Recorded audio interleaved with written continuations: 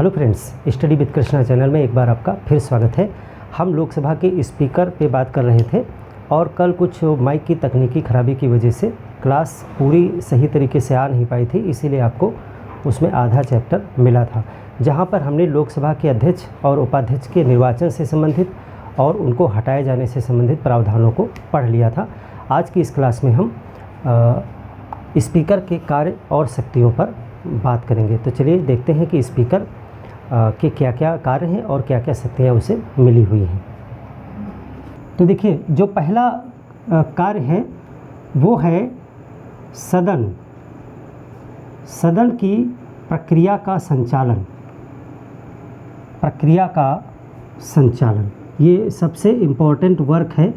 इसके अंतर्गत बहुत से कार्य आ जाते हैं, जैसे कि मसलन कुछ उदाहरण प्रक्रिया के संचालन में, जैसे अध्यक्षता वो करता है। और सदन के नेता के परामर्श से, देखिए सदन का नेता मतलब जो मुख्य नेता है, यानी प्रधानमंत्री आप कह सकते हो। सदन के नेता के परामर्श से कार्यक्रम का क्रम, यानी कि आज सदन में जो काम होंगे उनका क्रम क्या रहेगा, ये सब सदन के नेता के परामर्श से तय करता है। भाषण की अनुमति,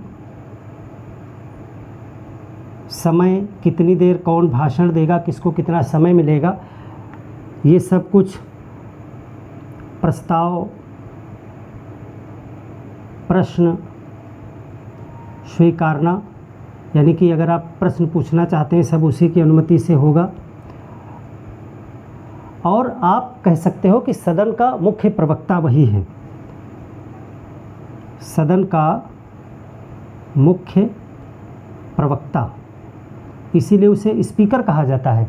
सदन की तरफ से राष्ट्रपति और सदन के बीच में जो भी पत्राचार वार्तालाप होता है वो इन्हीं के माध्यम से होगा, स्पीकर के माध्यम से होगा। तो सदन के मुख्य प्रवक्ता हैं।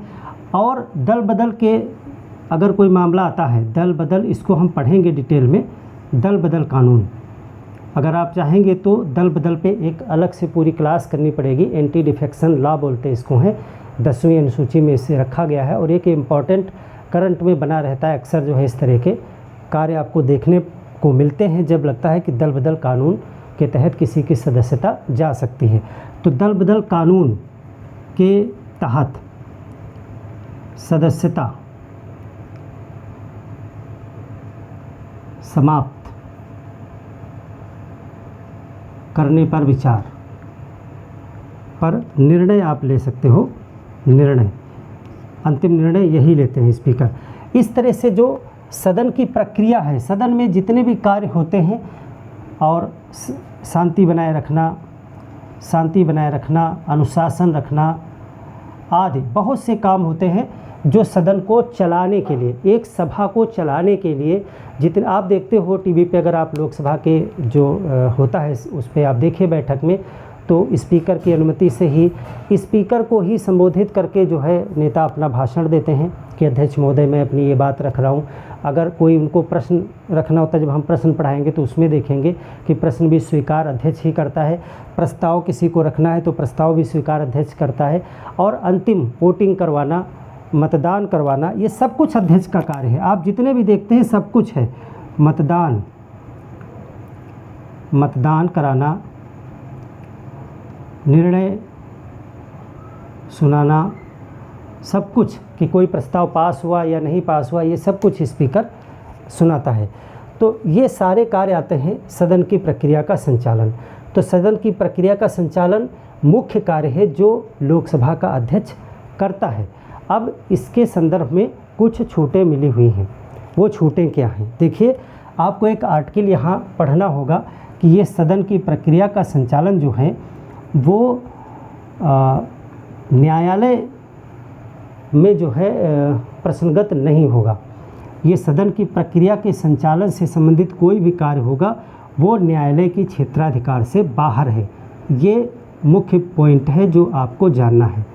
न्यायालय के क्षेत्राधिकार से बाहर। ये बिंदु आप नोट करें और इसी को इस पॉइंट में मेन रूप से यही समझना है। ये सब कुछ तो बहुत इजी है, आपको लिखना अगर हो तो आप लिख सकते हैं कि सदन की प्रक्रिया का संचालन करता है। अब ये जो लाइन हमने लिखी कि न्यायालय के क्षेत्राधिकार से बाहर है सदन की प्रक्रिया का संचालन, इसका मतलब क्या है? तो इसके लिए आपको आर्टिकल 122 जानना होगा। आर्टिकल 122 क्या कहता है? आर्टिकल अनुच्छेद 122 ये संसद के संदर्भ में है। इसमें दो बातें हैं। पहली बात ये है कि सदन की प्रक्रिया, देखिए जब सदन शब्द हम इस्तेमाल कर रहे हैं तो सिर्फ लोकसभा की बात यहाँ पे की जा रही है। सदन या तो राज्यसभा की बात करेंगे या लोकसभा की बात करेंगे। तो यहाँ पे जब हम लोकसभा अध्यक्ष की बात कर रहे हैं तो इस संदर्भ में सदन का मतलब राज्यसभा है या लोकसभा? यहाँ पे मतलब है लोकसभा। तो चाहे तो आप यहाँ पे लोकसभा भी लिख सकते हैं, लोकसभा की प्रक्रिया का संचालन। लेकिन यहाँ पे हमने सदन शब्द अच्छा रहेगा, सदन भी आप समझें क्या होता है। तो ये सदन की प्रक्रिया का संचालन करता है। तो क्या ये राज्यसभा का थोड़ी ना करने लगेगा, जा करके अपने सदन का करेगा, और इसका अपना सदन लोकसभा है। अब जो आर्टिकल 22 है वो सदन से रिलेटेड नहीं है, वो संसद से रिलेटेड है, और संसद में लोकसभा और राज्यसभा दोनों आ जाएंगी। यानी कि अब जो हम बात बताने जा रहे हैं वो यहाँ भी लागू है, और ये जब हम राज्यसभा पढ़ेंगे तो वहाँ सभापति के अधिकार में भी लागू हो जाएगी। तो इसको देखें, आर्टिकल 22 क्या कहता है कि संसद, अब देखिए संसद शब्द जब इस्तेमाल कर रहे हैं तो इसमें ये सदन भी आ गया और राज्यसभा भी आ गया, तो ये दोनों पे बात लागू हो जाएगी। तो आर्टिकल 122 कहता है कि संसद की प्रक्रिया के संचालन में किया गया, इसको हम दो टुकड़ों में बताएंगे। पहली बात क्या है? संसद की प्रक्रिया के संचालन में किया गया कार्य न्यायालय में प्रश्नगत नहीं होगा। इसका मतलब ये है कि यहाँ पर अध्यक्ष, लोकसभा का अध्यक्ष, और राज्यसभा में सभापति, जिसको उपराष्ट्रपति के रूप में जानते हैं आप हैं, ये दोनों लोग अपने अपने सदन को चलाने के लिए, यानी ये सब कुछ करने के लिए जो भी कार्य करते हैं वह न्यायालय में प्रश्नगत नहीं होगा। यानी कि अगर वो किसी का प्रश्न अस्वीकार कर देते हैं, देखो ये हमने कुछ उदाहरण बताए, बहुत से कार्य हैं, या वो जो है भाषण की अनुमति किसी को नहीं देते हैं, या किसी को रोक देते हैं बीच में, किसी का समय कम कर देते हैं, या किसी को बिठा देते हैं कि आप बैठिए, बाद में मतलब आपकी बात ख़त्म हो गई, आप देखते ही हैं कैसे किसको कितना समय देना होता है, सब कुछ करते हैं। तो इन सब कार्यों को चलाने के लिए, शांति बनाने के लिए, अनुशासन बनाने के लिए सदन को स्थगित कर देते हैं, किसी की सदस्यता को कुछ देर के लिए निलंबित कर सकते हैं, बहुत से काम इसमें आते हैं। अगर कोई बहुत अनुशासनहीनता करवा रहा है तो उसको सिक्योरिटी बुला के बाहर भी निकलवा सकते हैं। हाँ बिल्कुल निकलवा सकते हैं, ये भी अध्यक्ष का पावर है, भी हम आपको बताएंगे कि अगर कोई बहुत ही उद्दंडता कर रहा है कोई नेता, तो उसको वो सदन से बाहर भी करा सकते हैं। यहाँ तक कि उसकी सदस्यता को, यानी उसको सेशन में आने से कुछ दिन के लिए निलंबित भी कर सकते हैं कि तुम 3 दिन मत आना, 3 घंटे मत आना, या 5 दिन मत आना, परमानेंट तो नहीं, या पूरे सत्र के लिए भी निलंबित कर सकते हैं उसकी सदस्यता को। तो बहुत पावर्स होती हैं इनके पास में। तो ये जो भी काम करेंगे प्रक्रिया संचालन के लिए, वो न्यायालय में प्रश्नगत नहीं होगा। यानी कि कोई नेता उनके खिलाफ न्यायालय नहीं चला जाएगा कि जज महोदय मुझे 2 मिनट बोलने का मौका दिया, या मेरी बात को, मेरे प्रश्न को नहीं लिया, या जो भी शिकायत हो उसको। तो प्रक्रिया के संचालन में जो भी करेंगे अध्यक्ष या सभापति, राज्यसभा के संदर्भ में जब बात करेंगे, तो वो न्यायालय में प्रश्नगत नहीं होगा। संसद शब्द इसीलिए इस्तेमाल किया, और ये आर्टिकल 22 कहता है। दूसरी बात आर्टिकल 22 में क्या है वो देखिए, इसी से रिलेटेड है, उसको भी देख लीजिए आप कि प्रक्रिया, ये भी उसी से रिलेटेड है। देखिए, प्रक्रिया के संचालन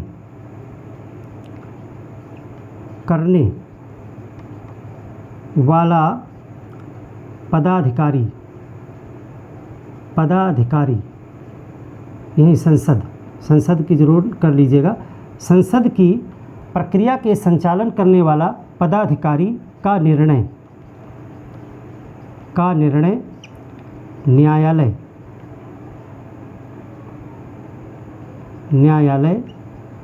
के क्षेत्राधिकार से बाहर होगा, क्षेत्राधिकार से बाहर होगा। ये चीज़ यानी कि वो इस सब को करने में अगर कोई निर्णय लेता है तो वो निर्णय उसका जो है क्षेत्राधिकार से बाहर होगा, उसको न्यायालय में चुनौती नहीं दी जा सकती है। हालांकि इसका एकमात्र अपवाद हम आगे चल करके जब दल बदल कानून को डिटेल में पढ़ेंगे तो आप देखोगे कि इसमें एक बिंदु आएगा ऐसा, हालांकि शुरुआत में नहीं था लेकिन बाद में 91 कॉन्स्टिट्यूशनल अमेंडमेंट के द्वारा जो चीज़ लाई गई है हम उस पर भी देखेंगे क्या चीज़ें हैं। और फिर एक केस हुआ था सुप्रीम कोर्ट में, उसमें एक पेच आएगा इसमें, जब देखेंगे कि अध्यक्ष का लिया गया निर्णय भी न्यायालय में प्रश्नगत हो जाता है। तो बहुत डीप में जाएंगे बारीकी से, तब हम उसको डिटेल में अगर आप लोग कमेंट करोगे, देखिए आप कमेंट करेंगे तो हम इतने डीप में चलेंगे, दल बदल कानून को और डिटेल में हम पूरा क्लास इस पर करेंगे। वो भी करेंगे हम संसद वाली पूरी क्लास को कंप्लीट करने के बाद में। बहुत से बच्चों ने कमेंट किया है पिछली क्लास में कि परिसीमन आयोग डिलिमिटेशन जो है कमीशन पे क्लास होनी चाहिए, तो होगी बिल्कुल। संसद की सभी क्लासेस पूरी करने के बाद में परिसीमन आयोग पे क्लास होगी। और अगर आप चाहोगे तो दल बदल एक्ट जो है एंटी डिफेक्शन लॉ, उस पर भी एक क्लास होगी, लेकिन इसके लिए कुछ लोग कमेंट ज़रूर करें, जो है हमारा भी उत्साह बढ़े कि आप सीखना चाहते हैं इस चीज़ को। तो ये आर्टिकल 122 पढ़ लिया आपने, बहुत सरल है कि आप सीधा सा मतलब समझें कि ये सब कुछ करने के लिए अध्यक्ष के पास में और राज्यसभा में सभापति के पास में पावर्स हैं कि उनके निर्णय को, उनके कार्य को न्यायालय में चुनौती नहीं दी जाएगी। बस इतना सा इसका मतलब है। और एक चीज़ और यहाँ पर समझेंगे कि जिस प्रकार से सेंटर में संसद है उसी प्रकार से राज्यों में विधानमंडल होता है, तो विधानमंडल के संदर्भ में भी बिल्कुल यही सेम बात लागू होती है, और वो आर्टिकल 212 में है। आर्टिकल 212 में विधानमंडल के लिए उपरोक्त प्रावधान है। यानी कि इस चीज़ को आप यहीं पे अगर आप कैच कर लोगे तो आगे आपको दिक्कत नहीं होगी। हर राज्यों में विधानमंडल है, किसी राज्य में विधानमंडल में एक ही सदन है विधानसभा, और कहीं कहीं पे 2 सदन है विधानसभा और विधान परिषद। खैर 2 सदन है तो दोनों में लागू है, एक सदन है तो एक ही में लागू है। तो राज्यों में जो विधानसभाएं होती हैं वहाँ पर भी अध्यक्ष होता है, तो उस पर भी यही जो आर्टिकल 122 वाली बात है जो संसद के लिए है, वहीं पे आर्टिकल 212 जो है बिल्कुल सेम यही प्रावधान विधानमंडलों के अध्यक्षों के लिए भी करता है। तो यही बात आप वहाँ पे कॉपी पेस्ट मार सकते हैं। आर्टिकल बदल जाएगा, संसद के लिए आर्टिकल 122 और विधानमंडल के आर्टिकल 212, तो वहाँ पे वैसे लिख लेंगे आप। तो ये चीज़ आप समझ गए। अब ऐसा इसलिए बनाया गया है कि इसको न्यायालय इसलिए नहीं ले जाएंगे क्योंकि जब सदन में बहसबाजी होती है, जब कोई बिल लाया जाता है तो उस पर हर व्यक्ति अपने अपने तरीके से अपनी अपनी बात रखता है, और वहाँ पे बहस कभी कभी उग्र रूप भी धारण कर लेती है। अध्यक्ष को बहुत सारी दिक्कतों का सामना करना पड़ता है अनुशासन बनाने के लिए, शांति बनाने के लिए, प्रश्नों को लेने के लिए, प्रस्ताव पे निर्णय करने के लिए, मतदान करवाने के लिए, इन सब चीज़ों को करने के लिए उसको कभी कभी बहुत कठोर निर्णय भी लेने पड़ते हैं। तो अगर हर समय उसके निर्णय को न्यायालय में चुनौती दी जाएगी तो फिर यही होता रहेगा, कानून बन ही नहीं पाएगा, क्योंकि 543 लोगों को कंट्रोल करना कोई आसान बात नहीं है। एक दिन आप थोड़ा सा अपने घर के 10 सदस्यों को बिठा के किसी मुद्दे पर एक निर्णय पर पहुंचने की कोशिश करिएगा और बात समझ में आ जाएगी कि कितना लोग सुनते हैं एक दूसरे को। आप देखते होंगे कि जब लोकसभा या राज्यसभा का सदन चलता है तो जो अध्यक्ष होते हैं वो चुप करने के लिए या तमाम निर्देश देते रहते हैं और सांसद सुनते ही नहीं हैं, बहुत देर में उनकी बात सुनते हैं। तो ये इस चीज़ों को आप समझें कि इसका महत्व क्या है। तो एक चीज़ ये समझ लिया। अब थोड़ा हमने अनुशासन संबंधी बात बताई थी कि शांति और अनुशासन बनाए रखना, इसको आप अलग पॉइंट भी डाल के लिख सकते हैं। तो इसमें क्या चीज़ें हैं, इसमें शांति और अनुशासन, इसको लिखें इस तरह से। पहली चीज़ हो गई प्रक्रिया का संचालन, और प्रक्रिया के संचालन में आपने देखा कि अध्यक्ष के पास क्या पावर्स हैं। अब देखिए यही पावर्स राज्यसभा में सभापति के पास में भी हैं, सेम पावर्स अपने सदन के लिए। वहाँ पे आपको अलग से नहीं पढ़ना है, यहीं से आप रिलेट कर लीजिएगा। अब देखिए शांति एवं अनुशासन बनाना, शांति एवं अनुशासन बनाना। देखिए इसके लिए क्या करते हैं ये लोग, निर्देश देते हैं, चेतावनी देते हैं। पहला तो ये काम करते हैं कि निर्देश दिया कि आपको 3 मिनट बोलना है, 3.5 मिनट बोलना है, या आपको अब बैठ जाना है, आपका समय समाप्त हो गया। अगर कोई बहुत ज़्यादा उग्र रूप धारण करता है तो उसे चेतावनी दे सकते हैं, नाम कोट कर सकते हैं, नाम लेकर के चेतावनी दे सकते हैं। नाम लेना कोई सिंपल बात नहीं है, नाम अगर लिया जाता है तो वो दर्ज हो जाता है कि अध्यक्ष महोदय ने इनका नाम लेकर के चेतावनी दी है, तो वो एक बड़ी बात है, नाम लेकर के चेतावनी देना। तो निर्देश दे सकते हैं, चेतावनी दे सकते हैं, मार्शल का भी प्रयोग कर सकते हैं। मार्शल का प्रयोग यानी कि एक प्रकार से सिक्योरिटी का प्रयोग कर सकते हैं, सिक्योरिटी पुलिस का प्रयोग।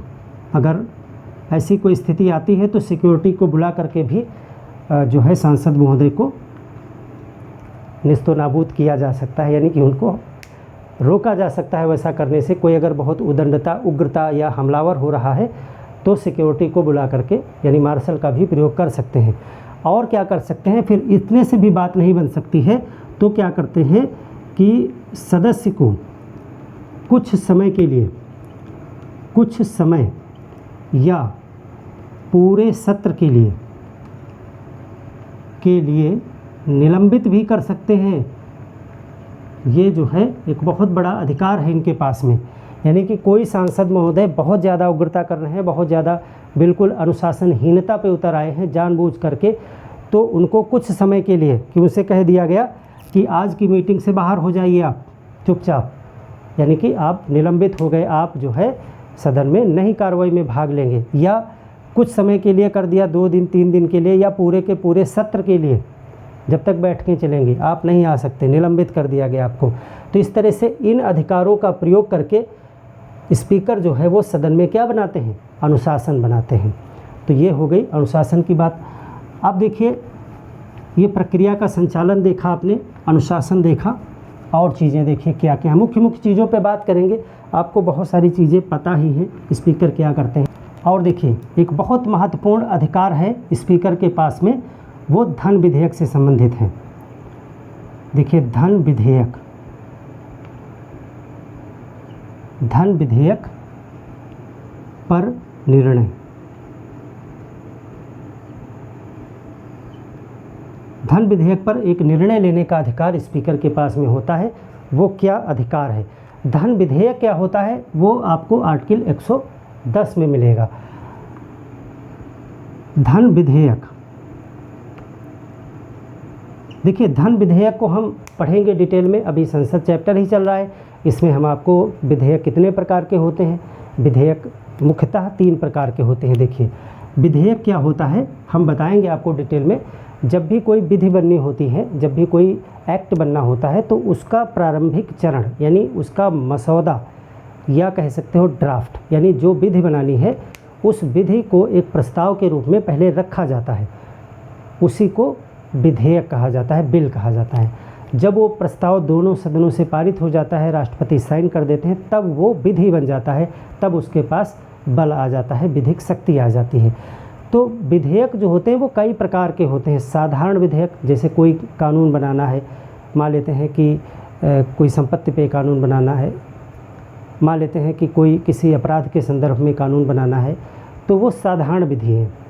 अगर कोई ऐसी विधि बनानी है जिसमें धन का इन्वॉल्व होना है, यानी कोई कर लगाना है या पैसा का मामला है, तो वो वित्त विधेयक हो जाता है। वित्त विधेयक में ही एक कैटेगरी होती है धन विधेयक की। और एक लाया जाता है संशोधन विधेयक। संविधान संशोधन करने के लिए जब विधेयक लाया जाता है तो उसे संविधान संशोधन विधेयक कहते हैं। तो 3 प्रकार के विधेयक होते हैं मूल रूप से, बाकी हम उस पर डिटेल में जाएंगे, बहुत वर्गीकरण है उसमें, काफ़ी चीज़ें हैं। तो धन विधेयक एक प्रकार का वित्त विधेयक का ही एक रूप है। तो धन विधेयक के संदर्भ में एक चीज़ ये होती है कि धन विधेयक पहली चीज़ है तो ये 110 आर्टिकल 110 में वर्णन है इसका, यानी कि जो प्रावधान आर्टिकल 110 में दिए गए हैं अगर उनमें से कोई चीज़ किसी विधेयक में है तो वो धन विधेयक है। दूसरी चीज़, उसको लोकसभा में ही रखा जाता है। देखिए धन विधेयक मैं नहीं पढ़ा रहा हूँ अभी, मैं आपको धन विधेयक पढ़ाऊँगा तो डिटेल में बताऊँगा, लेकिन धन विधेयक के संदर्भ में ये बातें आप जानोगे तभी आप यहाँ पे स्पीकर का कार्य समझ पाओगे कि धन विधेयक पे क्या निर्णय लेता है स्पीकर। धन विधेयक वो विधेयक होता है जिसमें आर्टिकल 110 में लिखी गई बातें होती हैं। अब आर्टिकल 110 में क्या बातें हैं वो हम आपको बाद में बताएंगे जब पढ़ाएंगे इसको। लोकसभा में ही रखा जाता है, में ही अंडरलाइन करिए, लोकसभा में ही रखा जाता है।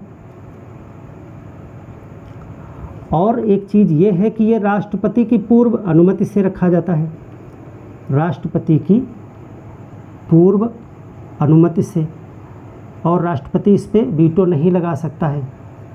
पूर्व अनुमति यानी पहले ही पूछ लिया जाता है कि राष्ट्रपति महोदय ये धन विधेयक रखे जाएंगे, इसको अनुमति दीजिए, तो पहले ही यस कर देते हैं।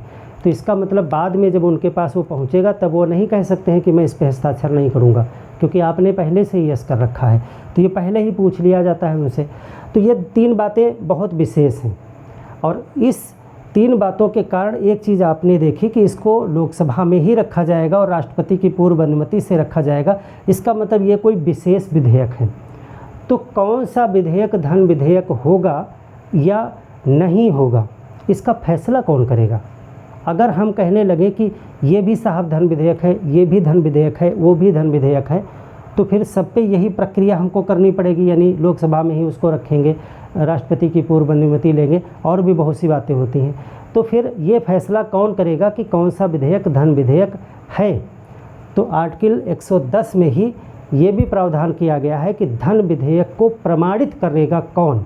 तो वो करेगा लोकसभा का स्पीकर, और ये प्रमाण पत्र अंतिम होगा। यानी अगर लोकसभा के स्पीकर ने कह दिया कि ये विधेयक धन विधेयक है और उस पर अपना प्रमाण पत्र लगा दिया, तो फिर वो अंतिम निर्णय हो जाएगा, फिर वो धन विधेयक है।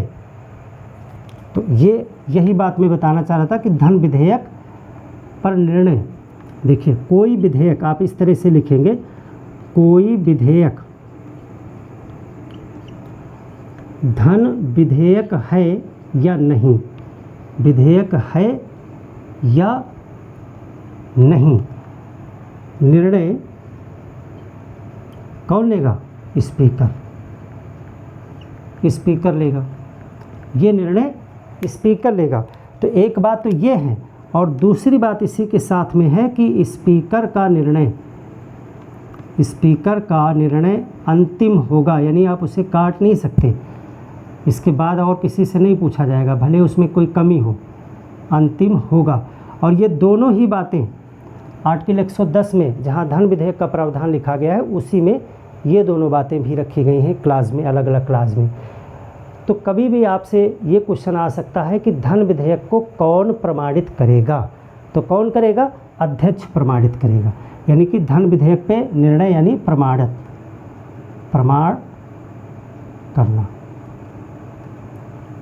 कौन प्रमाणित करेगा कि ये विधेयक धन विधेयक है? तो आपका उत्तर होगा लोकसभा का स्पीकर। ये चीज़ राज्यसभा से रिलेटेड है ही नहीं, क्योंकि ये लोकसभा में ही रखा जाता है।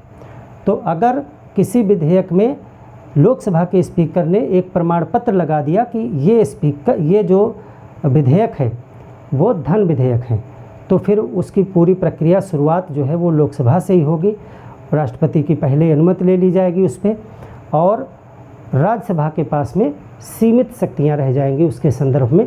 अब ये सारा डिटेल हम आगे पढ़ेंगे जब विधेयक को डिटेल में पढ़ेंगे। तो ये स्पीकर की एक पावर आपने देखी कि एक बड़ी पावर है धन विधेयक के संदर्भ में। अब देखिए अगली चीज़, एक आपने संयुक्त बैठक सुना होगा, संयुक्त बैठक, उसके संदर्भ में स्पीकर के पास में क्या शक्ति है उसको ज़रा देखें डिटेल में। ये चौथा या पांचवा नंबर होगा, नंबरिंग आप अपने आप से कर लीजिएगा। स्पीकर जो होता है, स्पीकर यानी लोकसभा स्पीकर, स्पीकर लोकसभा एवं राज्यसभा के संयुक्त बैठक, ज्वाइंट सिटिंग, संयुक्त बैठक, ज्वाइंट सिटिंग की अध्यक्षता करता है, की अध्यक्षता करता है। अब देखिए, कोई भी ऐसी मीटिंग जिसमें लोकसभा के मेंबर भी शामिल होंगे, उसकी अध्यक्षता लोकसभा का स्पीकर करेगा। अब देखिए, यहाँ पे संयुक्त बैठक का मतलब है कि इसमें लोकसभा और राज्यसभा दोनों के मेंबर आ गए, दोनों के मेंबर आ गए, तो ये हो गया संयुक्त बैठक यानी ज्वाइंट सिटिंग। ज्वाइंट सिटिंग यानी एक ही हाल में आकर के सब लोग बैठ गए। अब कौन अध्यक्ष करेगा? तो रोल लोकसभा के अध्यक्ष, तो लोकसभा के अध्यक्ष यानी स्पीकर है। और राज्यसभा का अध्यक्ष कौन होता है? राज्यसभा का अध्यक्ष जो है उपराष्ट्रपति महोदय होते हैं। उपराष्ट्रपति महोदय पदेन अध्यक्ष हैं, यानी जो भी उस पद पे आएगा वो राज्यसभा का सभापति अपने आप बन जाएगा। तो अब यहाँ पे इनको मौका क्यों नहीं मिला? भाई ज्वाइंट सिटिंग है, तो ये भी तो हो सकता है कि उपराष्ट्रपति महोदय जो सभापति हैं वो इस बैठक की अध्यक्षता कर लें, या फिर ये लोकसभा अध्यक्ष कर लें, या फिर एक एक बार कर लें।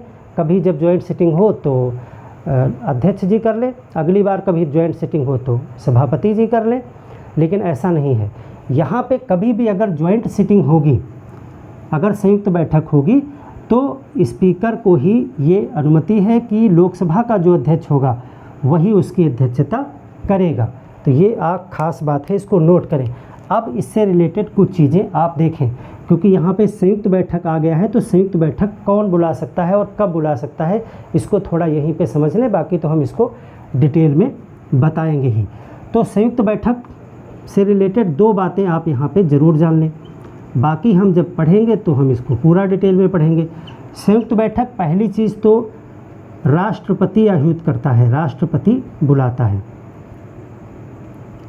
ये बात यहाँ पे बतानी इसलिए ज़रूरी है क्योंकि संयुक्त बैठक की अध्यक्षता लोकसभा का स्पीकर करता है। तो कभी विकल्प में ये भी दिया हो सकता है कि संयुक्त बैठक को लोकसभा का स्पीकर बुलाता है। हो सकता है आपको कन्फ्यूजन हो जाए कि जब अध्यक्षता वही करता है तो हो सकता है बुलाता भी वही हो, लेकिन बुलाता कौन है? राष्ट्रपति बुलाता है। यानी कि संयुक्त बैठक कब होगी ये राष्ट्रपति तय करेगा। और कब बुलाई जाती है ये जो है साधारण विधेयक पर बुलाई जाती है। साधारण विधेयक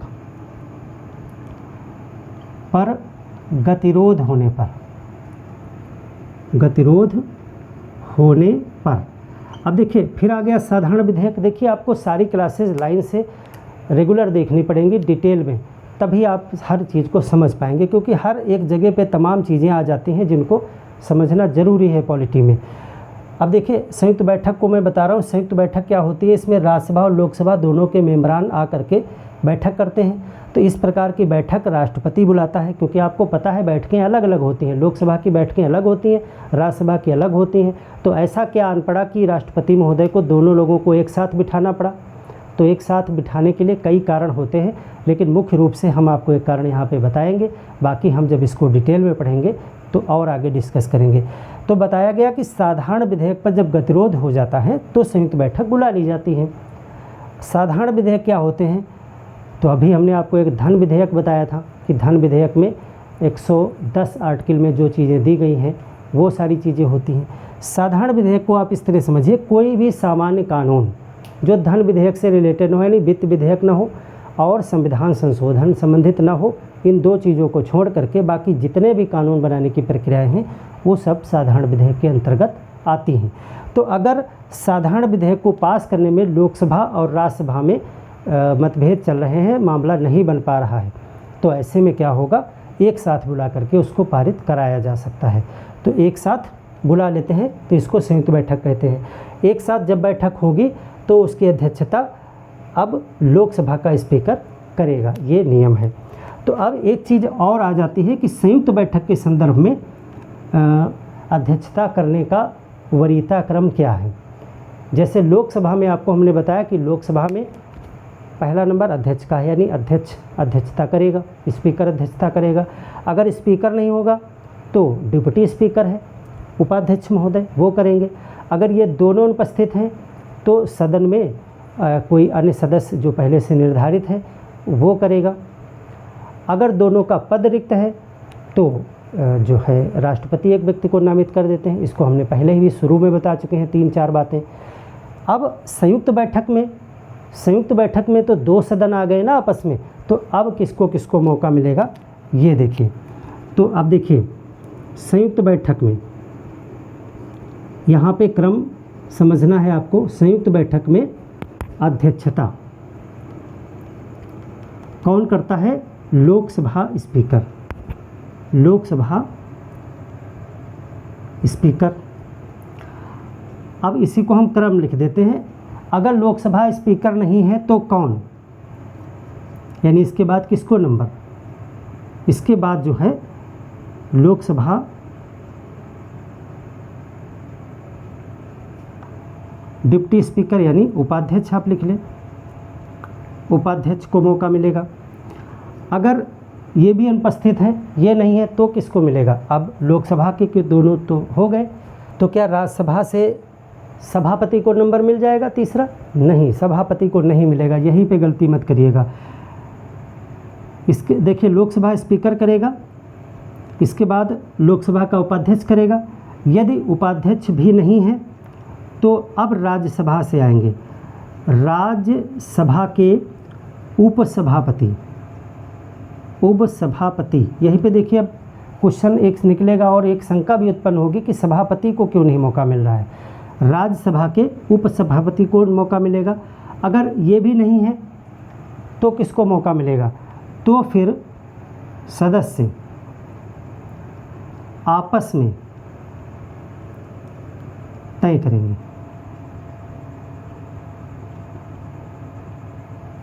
यानी एक व्यक्ति को तय करेंगे कि ये अध्यक्षता करेंगे।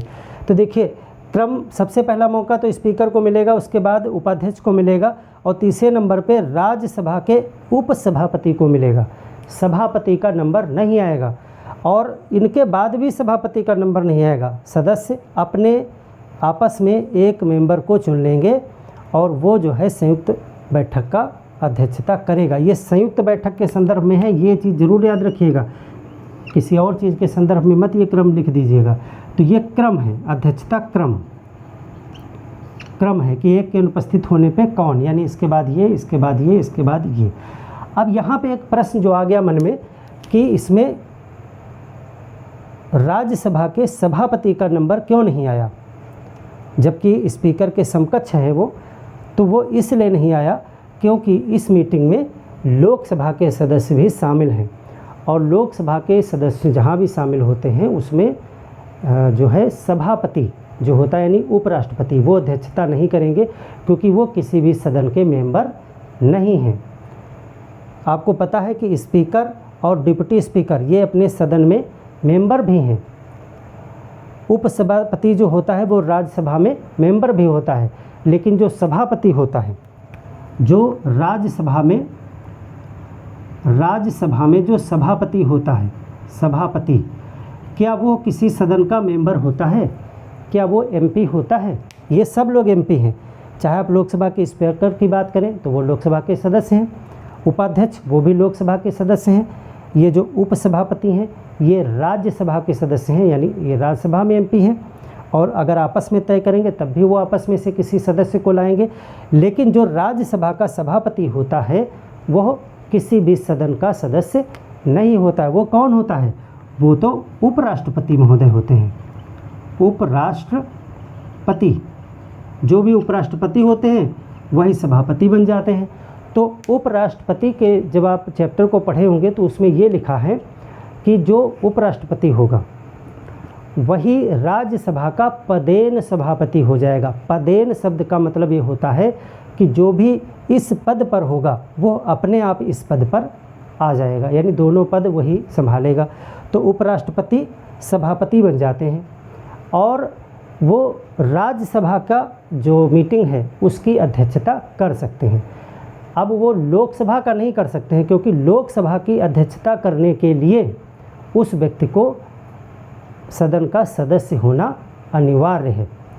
तो अब चूंकि इस संयुक्त बैठक आ गई, तो संयुक्त बैठक की अध्यक्षता सभापति नहीं कर पाएंगे, क्योंकि ये सदन के मेंबर नहीं हैं।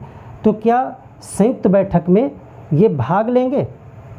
संयुक्त बैठक में ये भाग भी नहीं लेंगे, क्योंकि ये सदस्य हैं ही नहीं। यहाँ पे सिर्फ सदस्य मीटिंग में भाग लेंगे। अध्यक्षता करने के लिए सिर्फ ये होते हैं राज्यसभा की। तो चूँकि इनको अध्यक्षता करनी नहीं है, तो मेंबर ये हैं नहीं, तो मेंबर हैं नहीं, तो संयुक्त बैठक में भाग भी नहीं लेंगे। जब भाग नहीं लेंगे तो अध्यक्षता भी नहीं कर सकते। तो आशा है ये कॉन्सेप्ट आप समझ गए होंगे कि ये जो सभापति है वो संयुक्त मीटिंग की अध्यक्षता क्यों नहीं करेगा, क्योंकि ये मीटिंग में भाग ही नहीं लेगा, क्योंकि ये मेंबर नहीं है। तो ये चीज़ आप समझ गए। अब हम देखते हैं इसके आगे स्पीकर की एक और शक्ति के विषय में, जो बहुत इम्पॉर्टेंट है, उसको ज़रा देखें। उससे रिलेटेड चीज़ें बहुत ही इंटरेस्टिंग हैं और थोड़ा डीप में भी जाके हम डिस्कस करेंगे, ताकि आप उस चीज़ को अच्छे से कैच कर पाए। उससे कई क्वेश्चन आपके बन सकते हैं। देखिए, हमने आपको बताया कि विधेयक होता है, इसको आप ज़रा समझ लें। विधेयक होता है जो सदन में रखा जाता है। लोकसभा में भी होते हैं, राज्यसभा में भी होते हैं, दोनों जगह से विधेयक, हम पूरी प्रक्रिया को समझेंगे। तो जब विधेयक होता है तो विधेयक पे उसको पारित किया जाता है। पारित करने का मतलब है उसको पास किया जाता है, पास करना। यानी कि अगर विधेयक को लोकसभा में रखा गया है, अब देखिए राज्यसभा में रखा गया तो राज्यसभा की बात हो गई। हम यहाँ पे चूँकि लोकसभा को पढ़ रहे हैं तो हम समझ लेते हैं ये विधेयक लोकसभा में रखा गया। तो जब लोकसभा में विधेयक रखा जाएगा तो उसको पारित किया जाएगा, यानी कि चर्चा होगी, सब कुछ होगा। उसके बाद में अब कहा जाएगा कि भाई बताइए कितने लोग इसके पक्ष में हैं, तो वोटिंग करा ली जाएगी। वोटिंग कई प्रकार से हो सकती है, हाथ खड़ा करके, बोल करके, हाँ ना, या फिर नहीं बात बनी हाँ ना से, लगा कि बराबर बराबर आ रहा है तो वोटिंग करा लो, यानी बटन दबवा लो। कई तरीके से होता है, तो उसको कहते हैं पारित करना। तो अगर वो पास हो जाता है तो ठीक है। अगर कभी ऐसी स्थिति आ जाए कि वोटिंग बराबर हो जाए, आधे लोग कह दें कि हाँ, आधे लोग कह दें ना, तो ऐसी स्थिति में ये होता है कि अब क्या किया जाए। तब एक जो है स्पीकर के पास में स्पेशल पावर होती है, उसको कहते हैं निर्णायक मत। यानी कि अब जो वोट डाली जाएगी उससे निर्णय हो जाएगा। अगर उसने हाँ की तरफ बटन दबा दिया तो निर्णय हो गया कि हाँ पास, और अगर उसने ना में बटन दबा दिया तो निर्णय हो गया ना। इसका मतलब है कि आखिरी वोट, निर्णायक वोट, कास्टिंग वोट कौन डाल सकता है? वो डाल सकता है लोकसभा का अध्यक्ष।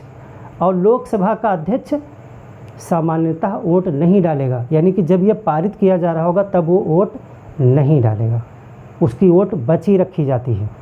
वो वोट तभी डाल सकता है जब निर्णय पे आके बात फंस जाए, यानी बराबर हो जाए। और अगर बराबर नहीं हुआ तो फिर वो वोट नहीं डालेगा। ये दोनों चीज़ें आपको याद रखनी है।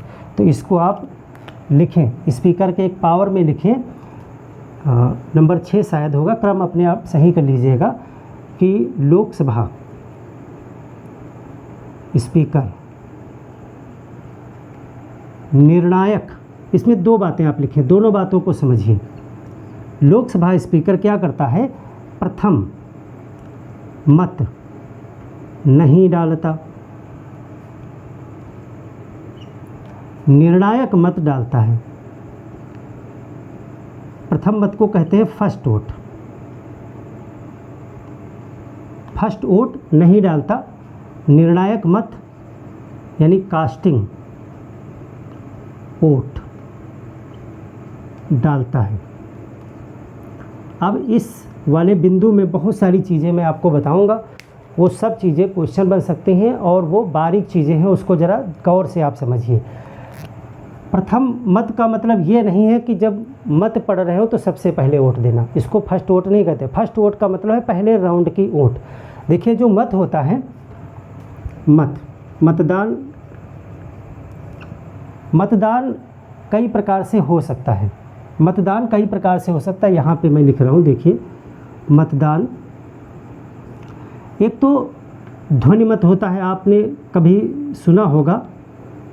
अभी सब चीज़ क्लियर हो जाएगी, थोड़ा इस कॉन्सेप्ट को समझिए। ध्वनिमत, इसको वॉइस वोट कहते हैं, वॉइस वोटिंग। ये अध्यक्ष अगर चाहे तो करवा सकता है, यानी ये भी पावर है, अध्यक्ष चाहे। यानी कि अध्यक्ष को लगता है कि नॉर्मल माहौल है और पास होने की संभावना है या नहीं पास होने की पूरी संभावना है, यानी एक तरफ खुला पड़ रहा है, उसको लगता है कि बस हाथ खड़े करके हाँ ना करके, यानी शोर मचा करके आप कह दीजिए कि पास या ना पास, क्योंकि वो वोटिंग कराने में बड़ा टाइम लगेगा। तो अगर खुला मामला लग रहा है, कभी कभी पहले से ही पता हो जाता है कि ये पास होगा या नहीं पास होगा, तो अध्यक्ष ये निर्णय करेगा कि इस पे मतदान कैसे कराना है। तो कहेंगे चलिए ध्वनि मतदान से कर लेते हैं। तो कहते हैं, आपने सुना होगा कि ये ध्वनि मत से पारित हुआ, तो उसमें कहते हैं हाँ भाई जितने लोग पक्ष में हों वो एस बोलिए, और नहीं है तो नेस बोलिए, यानी एस या नो बोलिए, और या हाथ खड़े करने का सिस्टम। तो ध्वनि मत में या तो हाँ बोला जाता है या ना बोला जाता है। तो अगर हाँ बोल रहे हैं यानी एस बोल रहे हैं तो इसको एस कहा जाता है, AYES। और अगर ना बोल रहे हैं यानी नो बोलना है तो आप NYES यानी नेज। एज या नेज, एज और नेज शब्द जो है होते हैं जिनका मतलब होता है यस या नो। तो ये चिल्ला के होता है, बोला हाँ हाँ हाँ हाँ पारित कर दीजिए। तो इसमें कन्फ्यूज़न हो सकता है कि नहीं हो सकता है। कभी हो सकता है कि यस बोलने वाले लोग उतना शोर ना मचा पाएँ जितना नो बोलने वाले शोर मचा दें, और संख्या इनकी भले कम हो ना बोलने वालों की, लेकिन शोर ज़्यादा हो सकता है इनका। तो ऐसे में भ्रम भी हो सकता है कि ना बोलने वाले ज़्यादा हैं या हाँ बोलने वाले ज़्यादा हैं। तो ये मामला कभी कभी गलत भी हो सकता है। तो ऐसे में एक सिस्टम ये है कि अगर किसी को आपत्ति है, अगर एक सदस्य भी आपत्ति दर्ज कराता है कि मुझे आप लग रहा है कि हाँ बोलने वाले ज़्यादा थे और ना बोलने वाले कम थे और मुझे आपत्ति है निर्णय पे, तो फिर ये वॉइस वोटिंग के बजाय आपको जो है मतदान करवाना पड़ेगा, यानी मत विभाजन उसको बोलते हैं। अगला क्या तरीका हो सकता है, मत विभाजन, यानी अलग अलग बांटिए, यस और नो वाले। मत विभाजन इसका मतलब है अब मतदान होगा। मत विभाजन यानी डिवीज़न वोट, डिवीज़न वोट। मत विभाजन का मतलब है कि अगर ध्वनि मत से नहीं काम चलेगा तो ये बराबरी का मामला लग रहा है तो फिर अब अलग अलग वोट डलवाई जाएगी। तो सिस्टम होते हैं, अब तो तकनीक आ गई, बैलेट का कोई झंझट ही नहीं है। हर सीट पे बटन लगे होते हैं, वही बटन आपको दबाना होता है कि एक जो है ग्रीन बटन लगा दिया गया, ग्रीन लगा हुआ है, एक रेड लगा हुआ है, रेड लगा हुआ है ऐसे, और एक वाइट लगा हुआ है। अब क्रम जो भी हो ऊपर नीचे। ग्रीन का मतलब है अगर आप ग्रीन बटन दबाते हैं तो इसका मतलब है आप यस में मतदान कर रहे हैं, हाँ पारित कर दिया जाए। अगर आप रेड दबा रहे हैं तो इसका मतलब आप विपक्ष में वोट डाल रहे हैं, नो कह रहे हैं। अगर आप व्हाइट दबा रहे हैं इसका मतलब आप तटस्थ हैं, यानी कि आप ना यस कर रहे हैं ना नो कर रहे हैं, लेकिन अपनी वोट आप दे रहे हैं कि मैं ना तो हाँ कह रहा हूँ ना तो ना कह रहा हूँ। तो इस तरह से मत विभाजन हो जाता है। तो मत विभाजन ये ध्वनि मत से पारित कराना या मत विभाजन कराना, ये सब कौन कराता है, लोकसभा का स्पीकर कराता है। ये भी एक इसकी पावर है। अब फर्स्ट वोट क्या है, फर्स्ट वोट का मतलब है कि जब ध्वनिमति हो रही है या ये वोटिंग हो रही है तो इसमें अध्यक्ष भाग नहीं लेता है, यानी प्रथम राउंड जब होता है तो अध्यक्ष वोट नहीं डालता है, अध्यक्ष मत नहीं डालता वोट, फर्स्ट वोट। ये चाहे ये हो और चाहे ये हो, इसमें अध्यक्ष अपनी वोट नहीं डालता है। हमेशा याद रखिएगा कि विधेयक पारित करने में जब भी वोटिंग होगी, चाहे ध्वनिमत से हो चाहे मत विभाजन हो, अध्यक्ष अपनी वोट नहीं डालता है। कब डालेगा अध्यक्ष अपनी वोट, कब डालेगा, वो निर्णायक वोट डालेगा। निर्णायक वोट क्या होती है अब उसको ज़रा समझिए। फर्स्ट वोट नहीं डालता है। अब आइए निर्णायक वोट, निर्णायक मत, कास्टिंग वोट। कास्टिंग वोट निर्णायक मत होता है जब पक्ष तथा विपक्ष के वोट बराबर हो जाएं,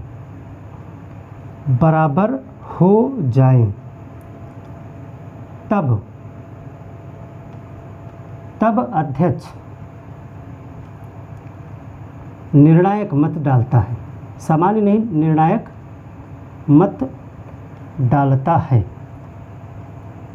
यानी कि निर्णायक मत हर बार नहीं डाला जाएगा। ऐसा नहीं कि लास्ट में अध्यक्ष हर बार अपनी वोट डालेगा, उसको निर्णायक मत कहा जाएगा। ये सिर्फ तभी अपना वोट डालेगा जब पक्ष और विपक्ष में, यानी यहाँ पर ग्रीन और रेड, मान लेते हैं 10 लोगों ने ग्रीन दबाया, 10 नहीं, 10 तो बहुत कम हो गया क्योंकि कोरम है कुछ, मान लेते हैं 110 लोगों ने ये दबाया, 110 लोगों ने ये दबा दिया रेड, यानी बराबर बराबर हो गया। तो अगर बराबर बराबर मामला आ जाएगा तो फिर एक वोट किसी तरफ ज़्यादा करने के लिए तब जो है अध्यक्ष को कहा जाएगा कि आप अपना निर्णायक वोट डालें। तो वो निर्णायक वोट डालेंगे, या तो पक्ष की तरफ डाल देंगे तो यस हो जाएगा, अगर विपक्ष की तरफ यानी नो में डाल देंगे तो उनका निर्णायक वोट जिधर भी डाल देंगे उधर के लिए फैसला हो जाएगा। आपको पता ही है, अगर जब बराबर बराबर है तो अगर वो नो दबा देंगे तो मामला नो की तरफ चला जाएगा, यानी नहीं पारित होगा, और अगर वो यस दबा देंगे तो यस की तरफ चला जाएगा। इसीलिए उनका वोट क्या करेगा, निर्णय कर देगा। तो उसको कहते हैं कास्टिंग वोट। तो कास्टिंग वोट कौन डालेगा, लोकसभा का स्पीकर। तो आप दोनों चीज़ों को समझ गए कि फर्स्ट वोट नहीं डालता है, कास्टिंग वोट डालता है। अब एक और बारीक बिंदु यहाँ पर देखें कि अगर लोकसभा के अध्यक्ष को हटाने का प्रस्ताव पारित हो रहा है तब भी तो यही होगा, ग्रीन बटन दबाओ, रेड बटन दबाओ।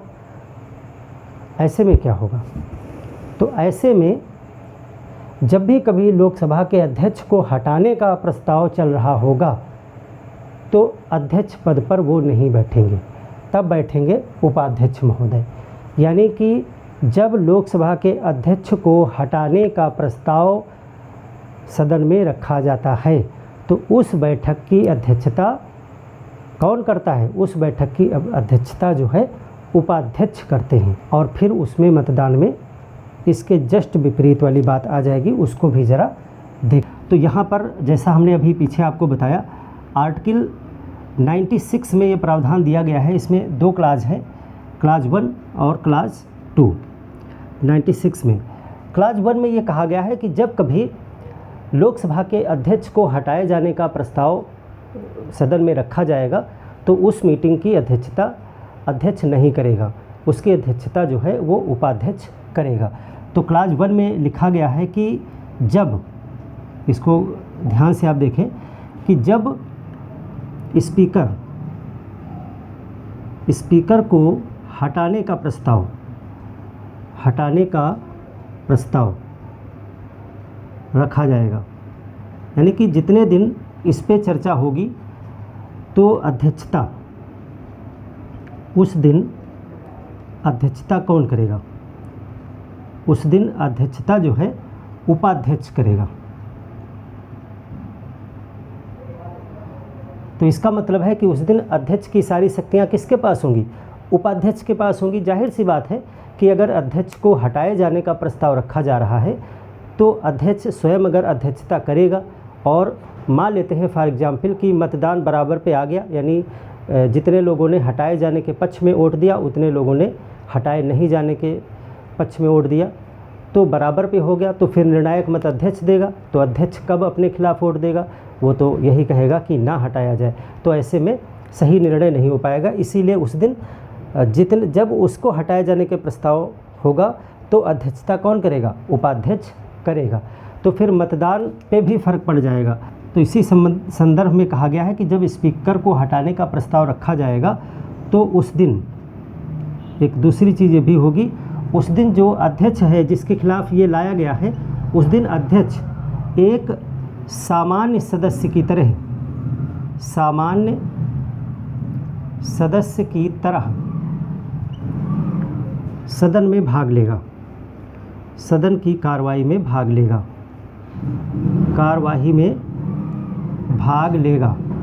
ऐसा नहीं होगा कि अध्यक्ष को सदन में बोलने का मौका नहीं मिलेगा, अध्यक्ष को सदन की कार्रवाई में भाग लेने का मौका नहीं मिलेगा या मतदान करने का मौका नहीं मिलेगा।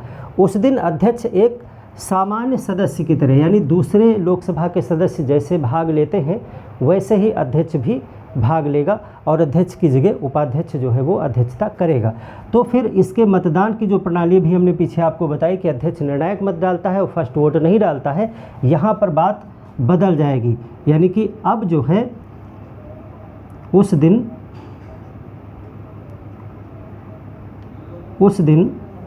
अध्यक्ष प्रथम मत डालेगा,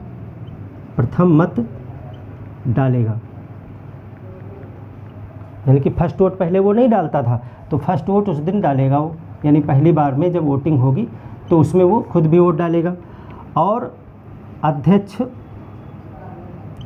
निर्णायक वोट नहीं डालेगा,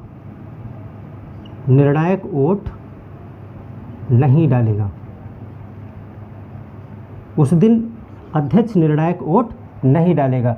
उस दिन निर्णायक वोट कौन डाल सकता है? ये उपाध्यक्ष जो अध्यक्षता कर रहा है वो डालेगा। तो इसमें कुछ भी कठिन नहीं, सिंपल सी बात है कि उस दिन आप अध्यक्ष को एक सामान्य सदस्य के रूप में मान के चलें तो सामान्य सदस्य जैसे वोटिंग करते हैं वैसे वो करेगा और निर्णायक वोट वो नहीं डालेगा। तो ये आर्टिकल 96 में कहा गया है।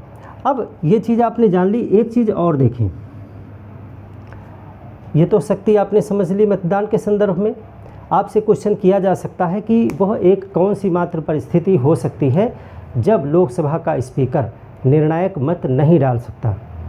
तो सामान्य सभी जो विधेयक है उस पर निर्णायक मत वोट देगा, लेकिन जब खुद उसके खिलाफ प्रस्ताव लाया जाएगा तो वह निर्णायक मत नहीं डालेगा। क्यों? क्योंकि वो उस दिन अध्यक्षता ही नहीं करेगा। अब अगली एक शक्ति देखें जो दल बदल कानून से संबंधित है।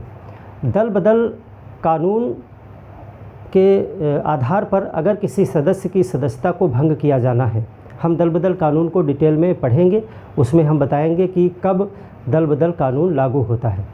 दल बदल कानून के तहत अगर किसी सदस्य की सदस्यता भंग करनी हो, ख़त्म करनी हो, तो उस पर निर्णय कौन करेगा? लोकसभा का स्पीकर करता है। तो ये उसकी एक अगली शक्ति हो जाएगी कि दल बदल कानून, इसको हम डिटेल में पढ़ेंगे क्या प्रावधान होते हैं, कब सदस्यता चली जाती है एमपीज़ की। दल बदल कानून पर अंतिम निर्णय स्पीकर करता है। ये जो है एक इसकी पावर है। अच्छा, यहीं से एक चीज़ और आप समझ लीजिए जो इससे रिलेटेड है। तो दल बदल कानून को जब हम पढ़ेंगे तो एक चीज़ और देखेंगे जो इससे रिलेटेड है, इसको भी ज़रा यहीं पे क्लियर कर लें क्योंकि वो चीज़ आपको प्रश्न मन में आ सकता है। जब हम दल बदल कानून को पढ़ेंगे तो उसमें कई चीज़ें बताई गई हैं कि ऐसा होने पर सदस्य की सदस्यता जा सकती है, लोकसभा सदस्य की या राज्यसभा या जो भी हैं सबके विषय में हम पढ़ेंगे। तो उसमें एक पॉइंट ये भी है कि अगर वो अपने पार्टी के व्हिप के खिलाफ जा कर के मतदान करते हैं तो उसकी सदस्यता चली जाएगी। व्हिप क्या होता है?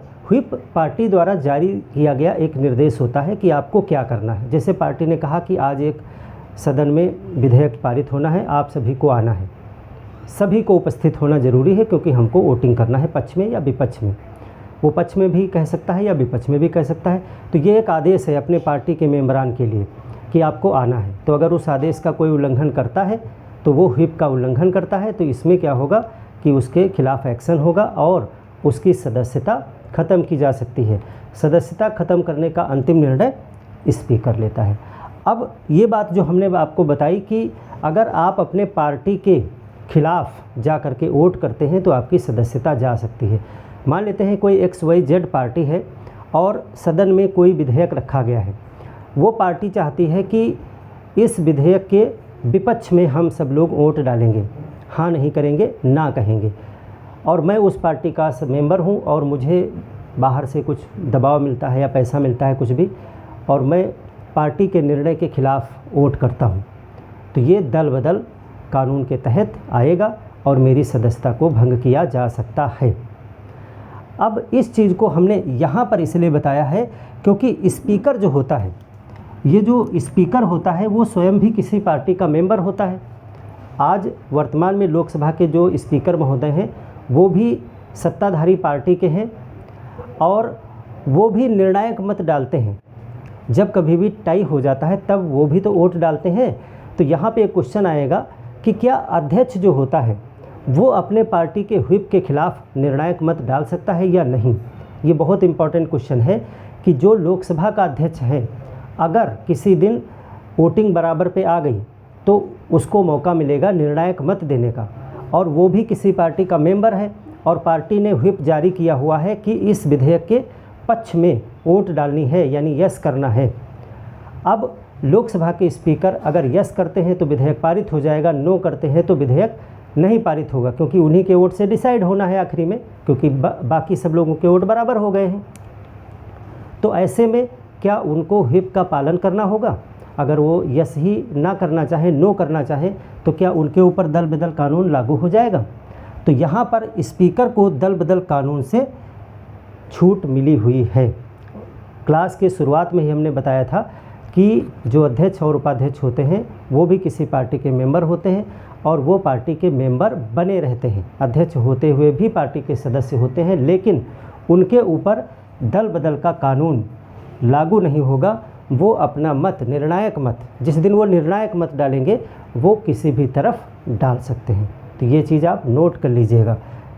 निर्णायक मत, इसी मत वाले उसमें लिख लीजिएगा कि लोकसभा के अध्यक्ष निर्णायक मत पार्टी के व्हिप के खिलाफ जाकर भी डाल देंगे तो भी उन पर दल बदल कानून लागू नहीं होगा।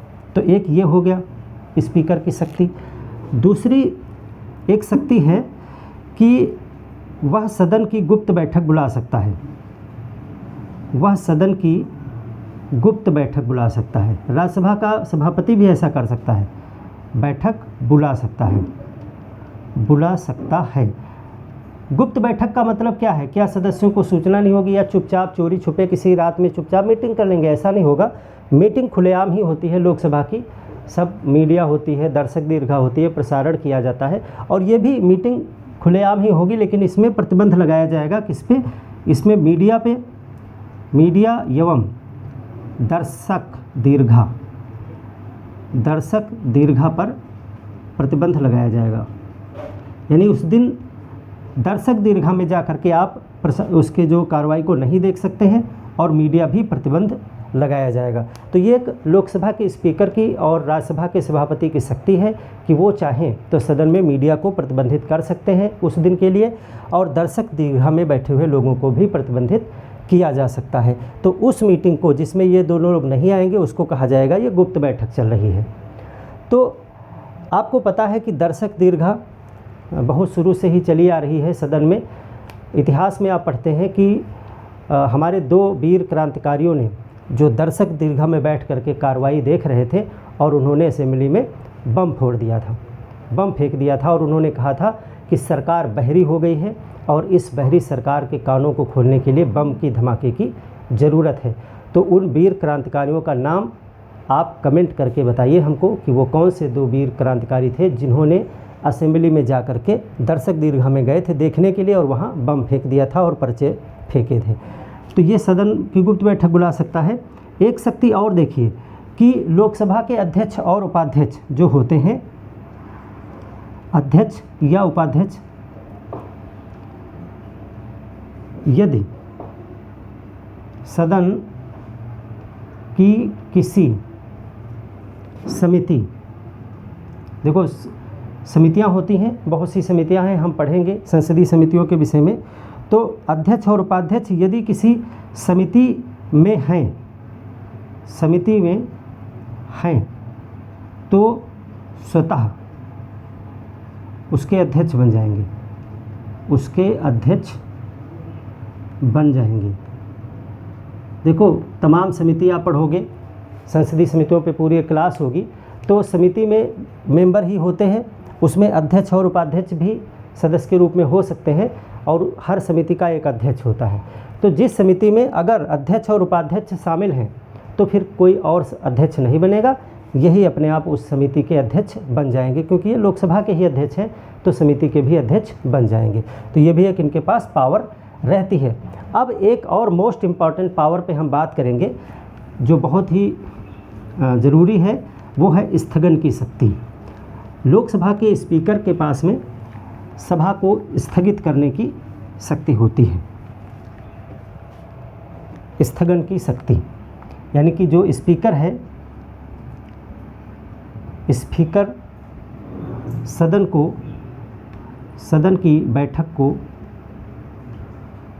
स्थगित कर सकता है, स्थगित करने की शक्ति रखता है,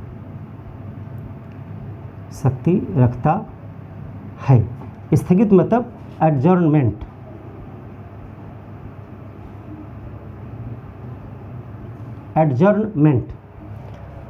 अब देखिए स्थगन को समझने के लिए, एडजर्नमेंट यानी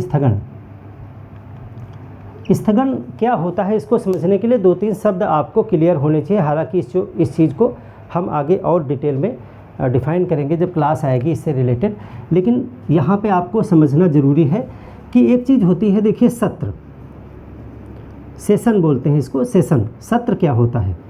आप सुनते हैं कि बजट सत्र चल रहा है, मानसून सत्र चल रहा है या शीतकालीन सत्र चल रहा है। तो ये क्या होते हैं? विधायिका क्या है, यानी संसद क्या है? संसद जो है विधि बनाती है। तो विधि बनाने का मतलब है कि जो सदस्य हैं वो लोग कहीं पे इकट्ठा होंगे तभी तो विधि बनेगी, कि अपने घर में बैठ करके विधि बना देंगे। तो जितने भी सांसद लोग होते हैं, सांसद लोगों को बुलाया जाता है कि सब लोग आ जाइए, एकत्रित होइए, और 20 दिन 25 दिन एक टाइम फ्रेम निर्धारित किया जाता है कि इतने दिन बैठ करके आप कानून बनाइए। तो ये जो टाइम की एक मीटिंग होती है इसको कहा जाता है सत्र या सेशन। तो सेशन क्या है? सेशन जो है, सांसद लोग जो होते हैं, एमपी लोग जो होते हैं, लोकसभा राज्यसभा के सांसद विधि बनाने के लिए एकत्रित होते हैं, विधि बनाने के लिए एकत्रित होते हैं,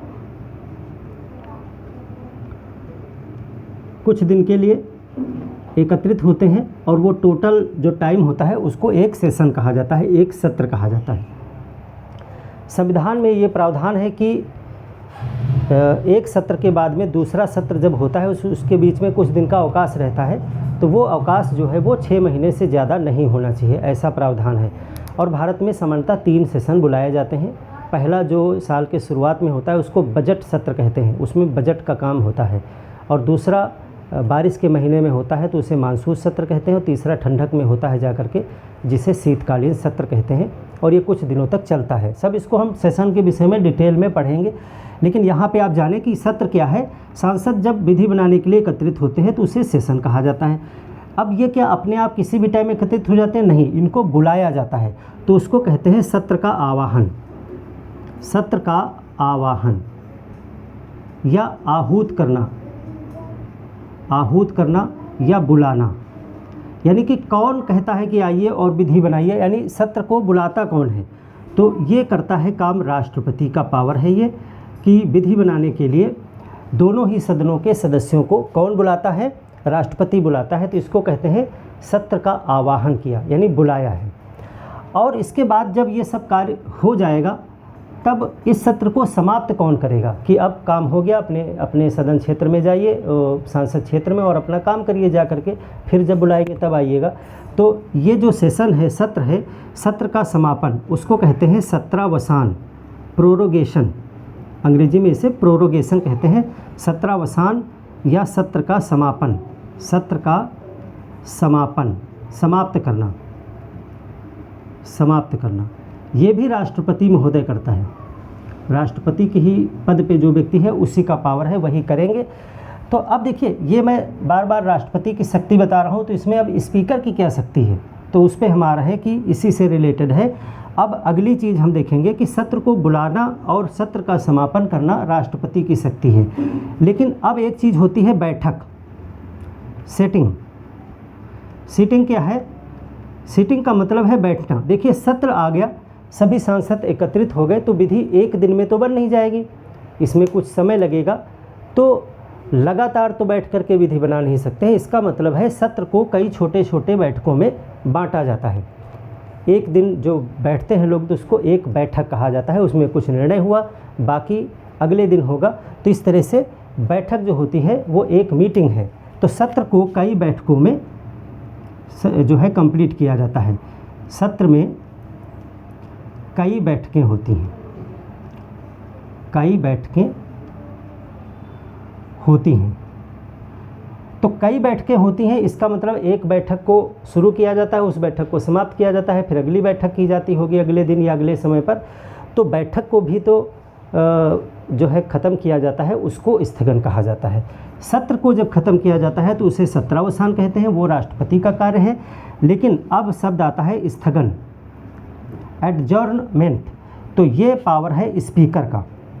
स्थगन का मतलब होता है बैठक, बैठक को कुछ समय के लिए, कुछ समय या कुछ दिन के लिए रोकना। जैसे कि सुबह 11 बजे मीटिंग शुरू हुई, मान लेते हैं कि बैठक शुरू हुई, बैठक 11 बजे प्रारंभ हुई और 1 बजे स्थगित हो गई, फिर 2 बजे प्रारंभ हुई और फिर 6 बजे स्थगित हो गई। तो इस तरह आप देखते हो कि एक ही बैठक में 2 बार स्थगित हो गया, 3 बार स्थगित हो सकता है, कई बार स्थगित हो सकता है।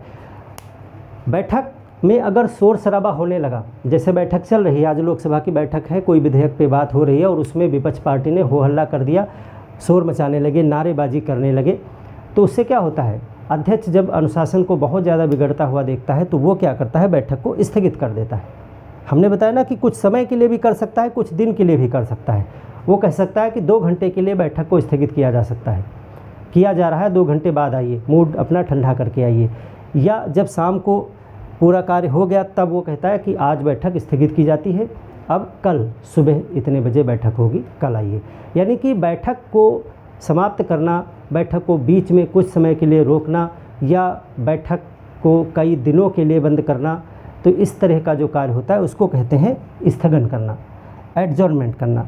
जब कुछ दिनों तक ये सारा कार्य चलता रहता है, तमाम बैठकें हो जाती हैं, विधेयक वगैरह पे काम हो चुका होता है, तब जब अंतिम बैठक होती है तो अंतिम बैठक को स्थगित करता है स्पीकर और फिर राष्ट्रपति को सूचित करता है कि हाँ बैठकें हो गई हैं, जितना काम इस सत्र में होना था हो गया है, अब आप सत्र को समाप्त कर दीजिए।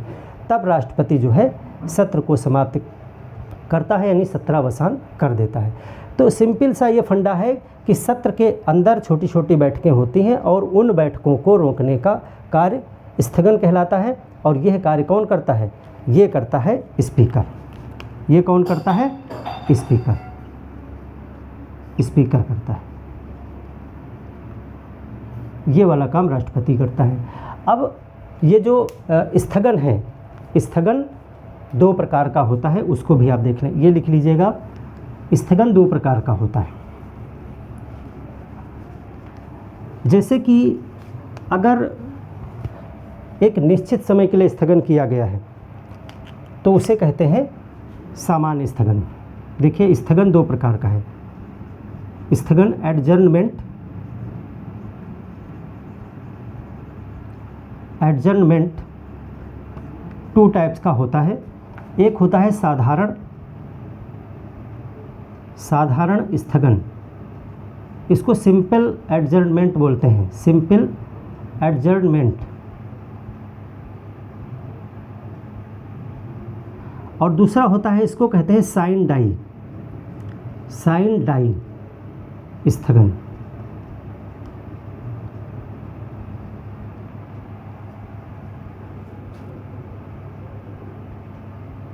साइन डाई एडजर्नमेंट, क्या अंतर है दोनों में। अब देखिए, जब सदन की कार्रवाई चल रही है और बहुत सा शोर शराबा होने लगा बहुत ज़्यादा, तो अध्यक्ष के डिसीजन पर निर्भर है, वो कह सकता है कि 2 बजे तक के लिए या 2 घंटे के लिए सदन को स्थगित किया जाता है, आप 2 घंटे बाद आइए फिर से। तो इसमें क्या किया गया, जब स्थगन किया गया तो अगला टाइम साथ में ही बता दिया गया कि आपको कितने बजे आना है। या अध्यक्ष कह सकता है कि आज की इस सभा का, यानी आज की इस मीटिंग का स्थगन किया जाता है, स्थगित किया जाता है इस मीटिंग को, और 2 दिन स्थगित रहेगा और 4 तारीख को सोमवार को आप आइएगा अगली मीटिंग में। तो इसका मतलब है कि स्थगित करने के समय ही आपको बता दिया गया कि अगली बार बैठक कब होगी। तो ऐसा स्थगन जब अगली मीटिंग की यानी अगली बैठक का समय या तारीख बता दिया जाता है तो उसे कहते हैं साधारण स्थगन। तो इसमें क्या होता है, साधारण स्थगन में लिखेंगे कि इसमें निश्चित समय के लिए स्थगन होता है, निश्चित समय के लिए स्थगन होता है, निश्चित समय के लिए स्थगन, और अगली बैठक का समय बता दिया जाता है, बता दिया जाता है। जैसे 2 घंटे के लिए, 2 दिन के लिए या जितने दिन के लिए भी है वो आपको समय वहीं पे बता दिया जाएगा। साइन डाई, साइन डाई में क्या होता है, ये अनिश्चितकालीन स्थगन है, अनिश्चित काल के लिए स्थगन होता है इसमें। और इस अनिश्चित काल के स्थगन में जो होता है अगली बैठक का समय नहीं बताया जाता, अगली बैठक का समय उस दिन नहीं बताया जाता, उस दिन नहीं बताया जाता। यानी कि इसमें अध्यक्ष क्या कहता है कि सभा को अनिश्चित समय के लिए स्थगित किया जाता है। यानी कि आप जाइए अपने घर, आराम से बैठिए जा कर के, जब अगली मीटिंग का समय आपको बताया नहीं गया कब आना है तो उसे कहते हैं साइन डाई स्थगन हो गया। तो क्या अगली मीटिंग होगी? नहीं, बिल्कुल होगी, अगली मीटिंग होगी, और जब होगी तो उसकी सूचना आपको दी जाएगी। 2 दिन, 4 दिन, 6 दिन, 8 दिन बाद जब भी होगी उसकी सूचना आपको अलग से बाद में दी जाएगी, लेकिन स्थगन के समय नहीं बताया गया। ऐसा तब होता है जब ये निश्चित नहीं होता है कि अगली मीटिंग कब होगी, तो बाद में जब डिसीजन होता है, अगली मीटिंग का समय निर्धारित होता है तो सभी को फिर से सूचित कर दिया जाता है। लेकिन उसको सत्र बुलाना नहीं कहते, सत्र चल रहा है लेकिन उसमें कुछ दिन के लिए अवकाश हो गया जो निश्चित नहीं था कि कितने दिन का अवकाश होगा। अगर निश्चित होता तो पहले ही ना बता देते, तो अंतर कोई नहीं है इसमें, पहले से ज्ञात होता है कि अगली मीटिंग कब होगी तो बता देते हैं, ज़्यादातर यही होता है। कभी कभी इसका भी नंबर आता है जब अनिश्चित काल के लिए स्थगित किया जाता है और बाद में सूचना दी जाती है, बुलाया जाता है। तो ये स्थगन 2 प्रकार का होता है। स्थगन की शक्ति किसके पास है? स्पीकर के पास शक्ति है ये स्थगन की। और राज्यसभा के संदर्भ में राज्यसभा के सभापति के पास में यही शक्तियाँ होती हैं। तो स्पीकर के कार्य एवं शक्तियों पर इस क्लास पे हमने डिस्कशन किया पूरा, आशा है आपको समझ में आया होगा। और भी तमाम कार्य स्पीकर से जुड़े होते हैं, लेकिन वो धीरे धीरे आप उसमें छोटे छोटे कार्य हैं समझते जाएंगे। मुख्य भूमिका पर हमने चर्चा कर ली है। अब इसके बाद जो हम पढ़ेंगे वो राज्यसभा के विषय में डिस्कस करेंगे नेक्स्ट क्लास में। राज्यसभा को पढ़ने के बाद में हम सदन की विधायी प्रक्रिया पर बात करेंगे कि कितने विधेयक होते हैं, कैसे पास किए जाते हैं, क्या प्रक्रिया है, विधि कैसे बनती है, चर्चाएं कैसे होती हैं, प्रश्न कितने प्रकार के होते हैं, कैसे पूछे जाते हैं, विधेयक क्या है, सरकारी विधेयक, निजी विधेयक, बहुत सी चीज़ें हैं डिस्कस करने के लिए। उन सब चीज़ों पर हम पूरा डिस्कशन करेंगे और फिर संसद चैप्टर कंप्लीट हो जाएगा। तो मिलते हैं एक और बेहतर क्लास के साथ में, तब तक के लिए धन्यवाद।